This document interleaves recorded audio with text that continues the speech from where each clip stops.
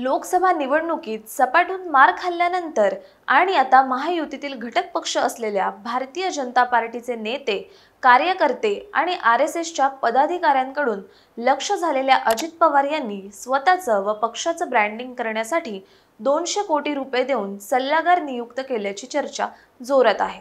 नेमकी ही चर्चा का होते, कुणी आरोप केले आणि एकूणच हे प्रकरण काय आहे याविषयी आपण या व्हिडिओमधून सविस्तराने जाणून घेऊयात। नमस्कार, मी रुचिता घोसाळकर आणि तुम्ही पाहताय फॉर द पीपल न्यूज। पुढे जाण्यापूर्वी आपण आमच्या चॅनलला सबस्क्राइब करा, लाईक व फॉलो जरूर करा। भारत दुनिया का सबसे बड़ा लोकतंत्र और एनएलसी भारत देश का सबसे बड़ा गैर राजनीतिक मंच। शक्तिशाली लोकतंत्र के लिए राहुल कराट का सार्थक कदम। मुंबई में हुआ ऐतिहासिक प्रथम राष्ट्रीय विधायक सम्मेलन।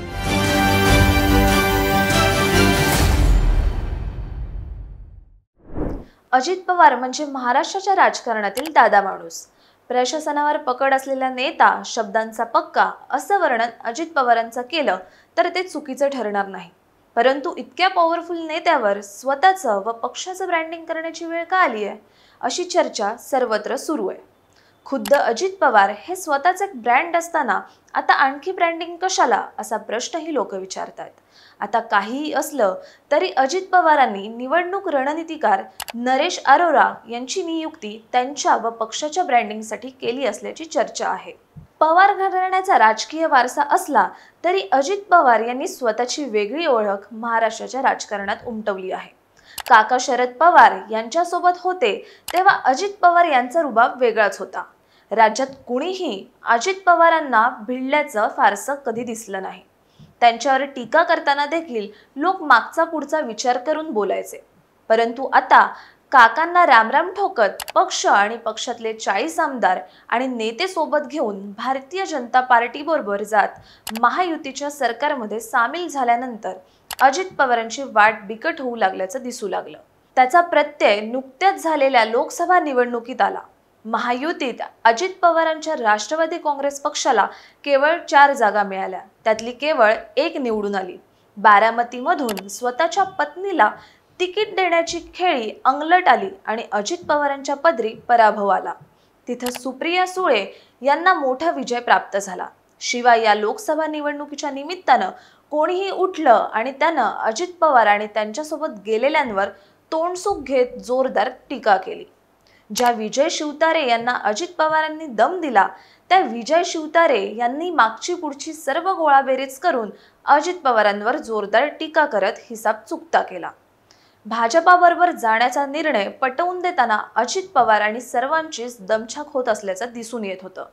त्यामुळेच आता तोंडावर आलेल्या विधानसभा निवडणुकीत यश मिळवण्यासाठी अजित पवारांनी ब्रँडिंग करण्याचा मार्ग निवडल्याचं दिसतं। आधीच लोकसभेत झालेला पराभव, त्यात आता आरएसएसचा मुखपत्र ऑर्गनायझरने अजित पवारांच्या समावेशावर ओढलेले ताशेरे आणि विधानसभेत सत्ता नसली तरीही चालेल पण अजित पवार सोबत नको म्हणून भाजपच्या पुण्यासह इतर ठिकाणाच्या कार्यकर्त्यांनी घेतलेली उघड भूमिका, यामुळे अजित पवार यांच्या समोरच्या आव्हानात वाढ होताना दिसली। परिणामी अजित पवारांना ब्रँडिंगची गरज भासली आणि अजित पवारांचे पुतणे आणि राष्ट्रवादी शरदचंद्र पवार पक्षाचे आमदार रोहित पवार यांनी तर अजित पवार यांनी नरेश अरोरा यांना ब्रँडिंगसाठी 200 कोटी रुपये दिल्याचा दावा केलाय। आता रोहित पवारांनी केलेल्या या दाव्यात किती तथ्य आहे हे अजित पवारच सांगू शकतील। परंतु ज्या कंपनी व व्यक्तीचा उल्लेख रोहित पवार यांनी केला ते निवडणूक रणनीतिकार नरेश अरोरा कोण आहेत हे थोडक्यात पाहूयात। नरेश अरोरा हे एक ब्रँड डिझायनर आहेत। ते डिझाइनबॉक्स.com या कंपनीचे संस्थापक आहेत। राजस्थान, कर्नाटकसह अनेक राज्यात त्यांनी काँग्रेससाठी प्रचाराचं काम केलंय। प्रचार व्यवस्थापनात त्यांचा हातखंड असल्याचं दिसून येतं।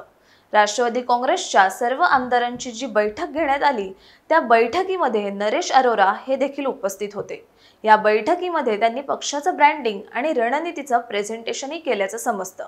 या बैठकीमध्ये शब्दाला पक्का अजितदादा या कॅम्पेन लाईनवर चर्चा करण्यात आली आहे। या चर्चेत 90 दिवसांचा विधानसभा निवडणूक प्लॅन तयार करण्यात आला असून यामध्ये विरोधकांसाठी नरेटिव्ह सेट करण्यात आलाय।